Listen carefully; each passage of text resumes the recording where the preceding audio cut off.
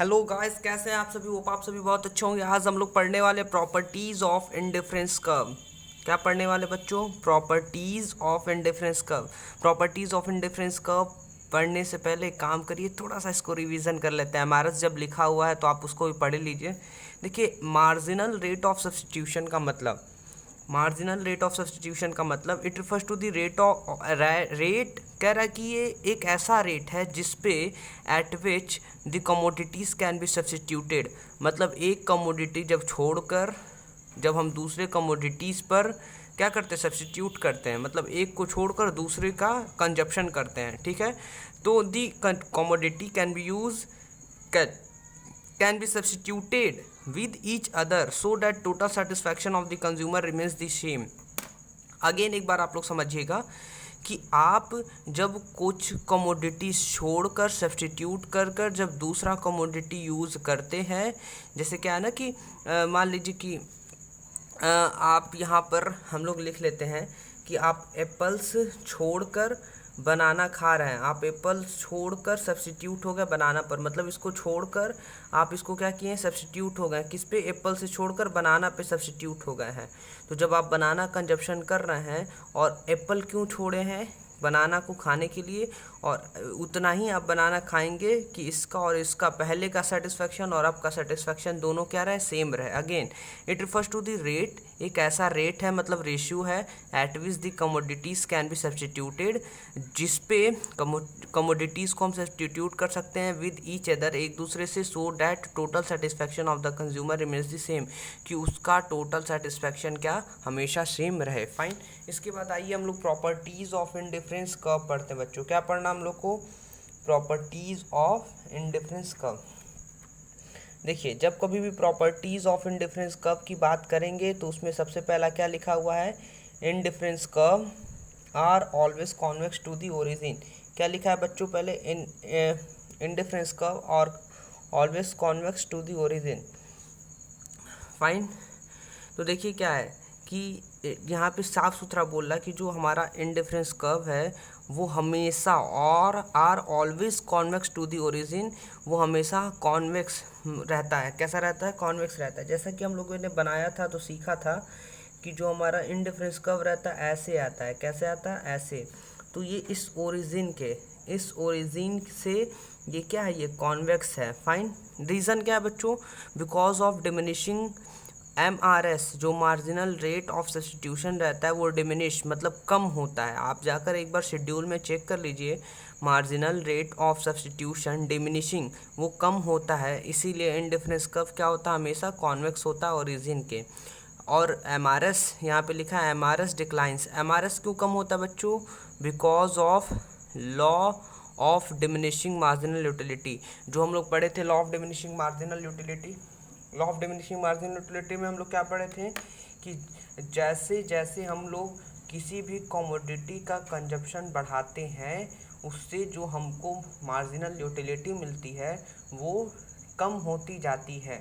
इस पे हम लोग एग्जांपल क्या लिए थे, आइसक्रीम का। अगर आप आइसक्रीम खा रहे हैं तो आइसक्रीम खाते खाते खाते खाते आपका एक ऐसा टाइम आएगा मन भर जाएगा। आप पानी पी रहे हैं, पहले प्यास लगा है, आप पानी पी रहे हैं, पानी एक बार पियेंगे, 1 ग्लास, 2 ग्लास, 3 ग्लास, 4 ग्लास, एक ऐसा समय आएगा जब आपका मन भर जाएगा, सेटिस्फैक्शन। तो वही है law of diminishing marginal utility, कि आपका मार्जिनल यूटिलिटी कम होते जाता है, आपका सेटिस्फाई होते जाते हैं आप। ठीक है, फाइन। अब आते हैं हम लोग इंडिफरेंस कर्व स्लोप डाउनवर्ड।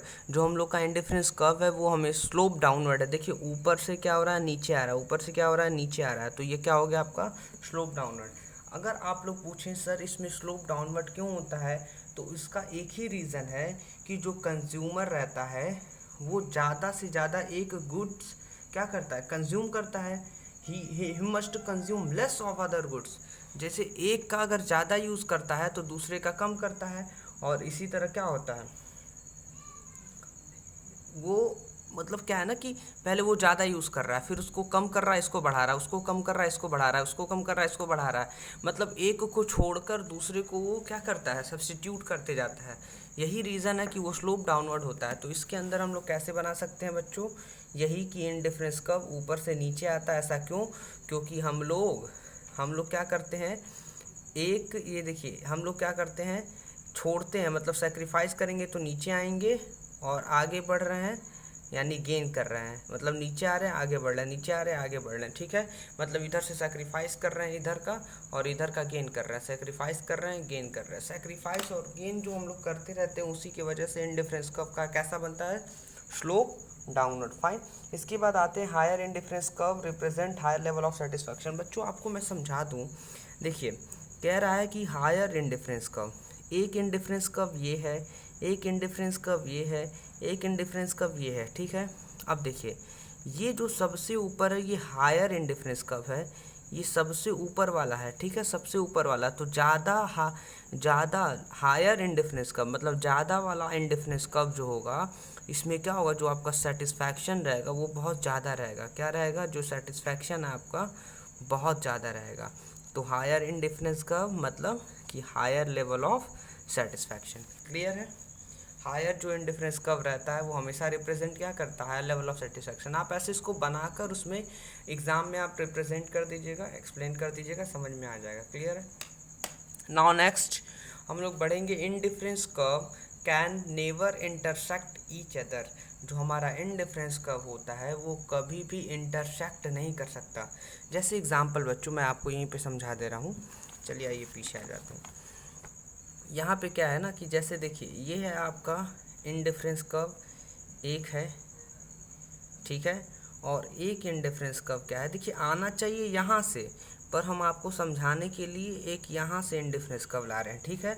अब देखिए ये जो पॉइंट है ये है ए, फाइन, ये जो यहाँ पे पॉइंट है ये है बी, और ये जो पॉइंट है आपका सी, ठीक है। हमारा ये जो हम लोग समझने वाले हैं यहाँ पे कि indifference curve can never intersect each other. हम लोग इसमें क्या पढ़े हैं कि देखिए दोनों कभी भी दो क्या कहते हैं, जो आपका देखिए इंडिफरेंस कर्व एक हो गया, इंडिफरेंस कर्व आपका दूसरा हो गया, तो इंडिफरेंस कर्व 1 और इंडिफरेंस कर्व 2 ये दोनों कभी भी आपका इंटरसेक्ट नहीं कर सकता। क्यों नहीं कर सकता, क्योंकि जो ये इंडिफरेंस कर्व है इसका एक अपना सेम सेटिस्फैक्शन है, एक अलग सेटिस्फैक्शन है, और इंडिफरेंस कर्व का एक अपना अलग सेटिस्फैक्शन है, ठीक है। दोनों का सेटिस्फैक्शन अलग है। जब अलग अलग है तो अलग अलग लाइन होना चाहिए, बट यहाँ पे जो इंटरसेक्ट कर गया है यही रीज़न है कि इसका अलग सेटिस्फैक्शन होता है, इसका अलग सेटिस्फैक्शन होता है। अगर आप इसको समझाना, अगर इसको आप एक्सप्लेन करना होगा तो आपको कैसे लिखना होगा कि यही कि पॉइंट जो बी है और जो पॉइंट सी है ये क्या सेम लेवल ऑफ सेटिस्फैक्शन दे रहे हैं। जैसे example, same level of satisfaction का मतलब कि ये जो बी है यहाँ पे जो सेटिस्फैक्शन दे रहा है तो यही सेटिस्फैक्शन ऊपर जाएगा तो इसका एक अपना अलग बनेगा, और ये जो सी है ये भी सेम लेवल ऑफ सेटिस्फैक्शन दे रहा है तो सी का एक अपना अलग बनेगा। तो अलग अलग बनना चाहिए, पर यहाँ पे जब अलग अलग है तो ऊपर भी अलग अलग होना चाहिए।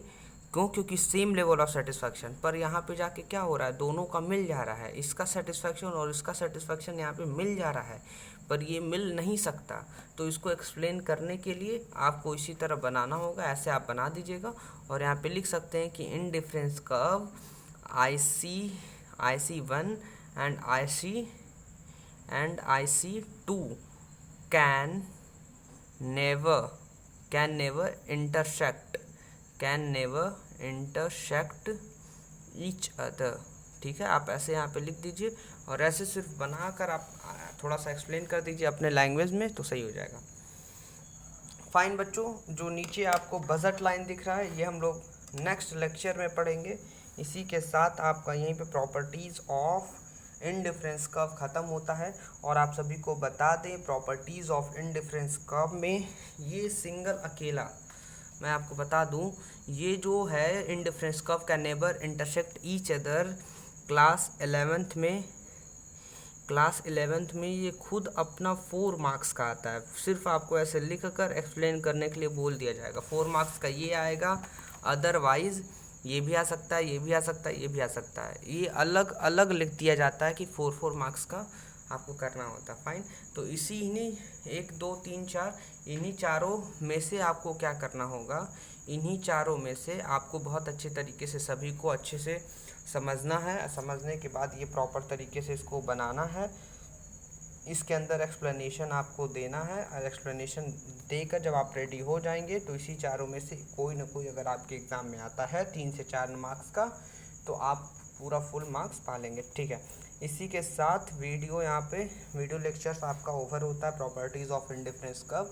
अगर आपको ये वीडियो अच्छा लगा हो तो आप नीचे कमेंट करिए, लाइक करिए, सब्सक्राइब करिए और अपने दोस्तों से शेयर करिए कि वो भी फ़ायदा उठा सकें। Thank you so much.